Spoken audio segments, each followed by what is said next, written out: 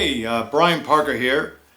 I'm wearing a suit. I just came out of a court hearing, and I thought about a video I just did for you on car repossessions, claim and delivery, and I left out a really good story. What I wanted to focus on in that last video was my client's real story and how I was going to get him out of that situation. It was quite unique, so I wanted to bring that to you. But then, as I was just doing a hearing, it suddenly occurred to me I had one of the most famous repossession lawsuits that frankly I got vilified for. I got yelled at, screamed at, attorneys are the problem because of this lawsuit. And the lawsuit was, coincidentally, was against Ally Bank. I was representing this person. I believe it was on a snowmobile. She had a defective snowmobile and I got her out of it, and she said, "Hey, I wish you could have helped me with my car. I just had my car repoed." I go, "Oh?" And it was a repossession. It wasn't through a claim and delivery. Someone just, I think, pried a garage door open and took it. The bank took it. And she owed, I think, over $5,000 on the car and just going through a tough time. And I felt so bad for her. I have this mentality, I want to help and fix everything.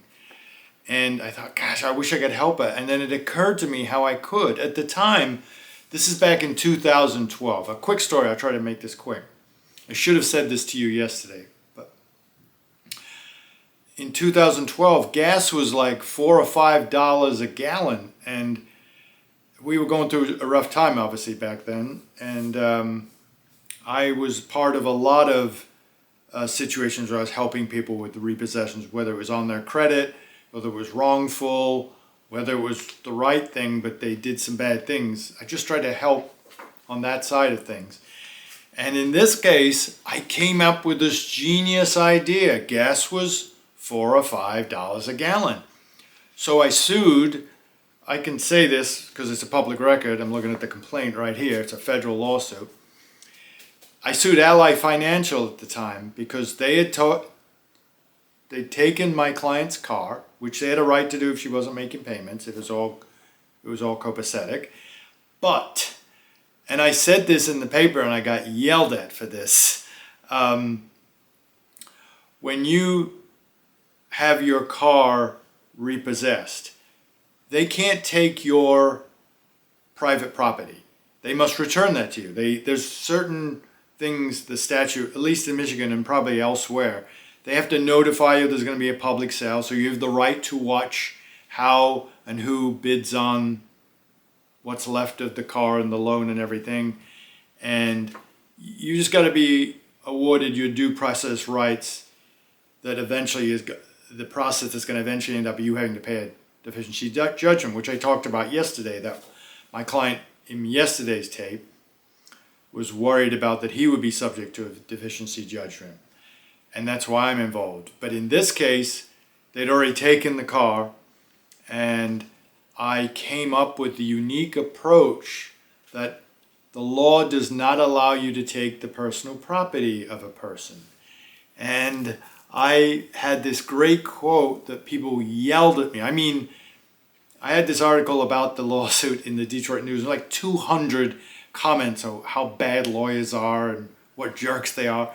And I was just doing the research now, and there's still stuff out there about what an idiot I am. That may be true, but so many people believe that.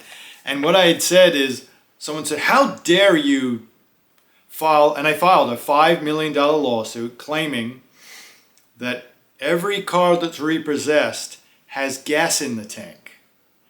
And at $4 to $5 a gallon, there's smaller class actions. We all get those things in the mail that say, yeah, you're entitled to 50 cents, and the attorneys get 500 million.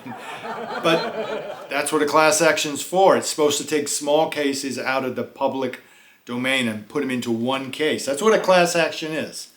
It's actually quite efficient. It takes small cases and eliminates the time it would take to handle every small case. So if the same similar situations and conditions, you can have all these hundreds or thousands of cases in one case which is what I did. I said, Ally Bank or Ally Financial is repoing all these cars with gas in it at $4 or $5 a gallon.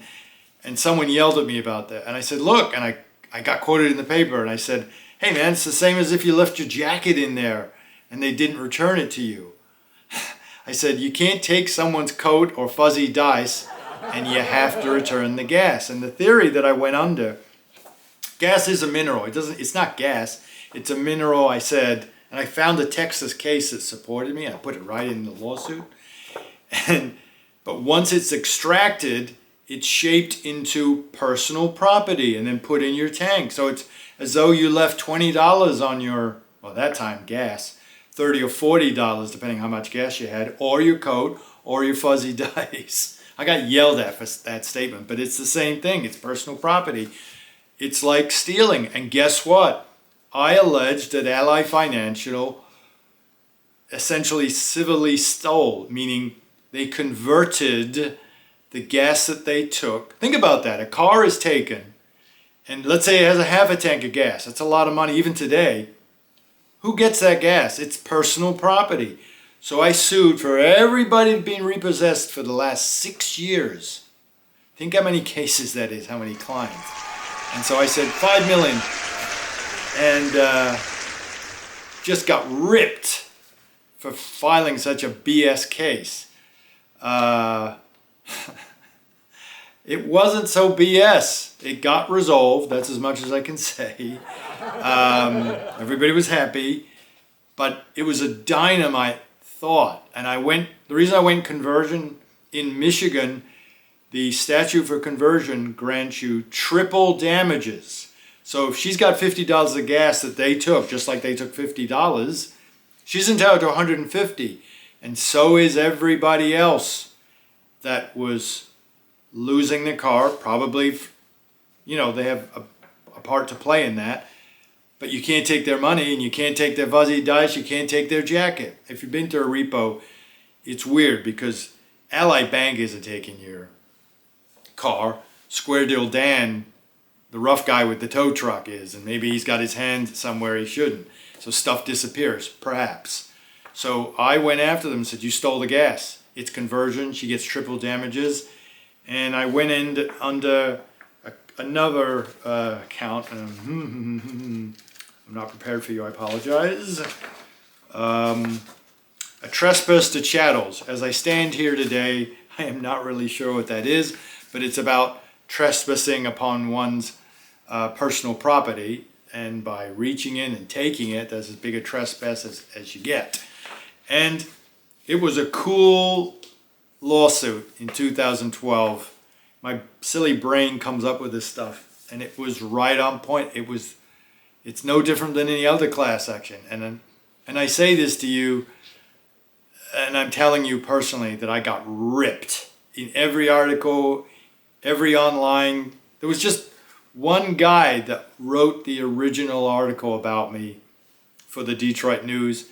After about the 234th comment about what a jerk I am, and typical attorney, he came on and said, look, you got to stop doing this. It's a great case. And so I'll put the case on my website, collectionstopper.com. Again, it's sort of it's not Shark Week, it's Car Repossession Week. So my second video is going to be about this great idea I came up with for suing banks that take cars because they took gas. And I'll put the lawsuit, as I said, on Podcast Plus. And maybe I'll put a couple of the articles and some of the stuff ripping me up on there. I don't know. But I thought I'd add that to yesterday's video. I didn't want to take too much of your time, but it's cool. Check out the complaint on Podcast Plus, and I hope this gave you a good laugh. Thank you.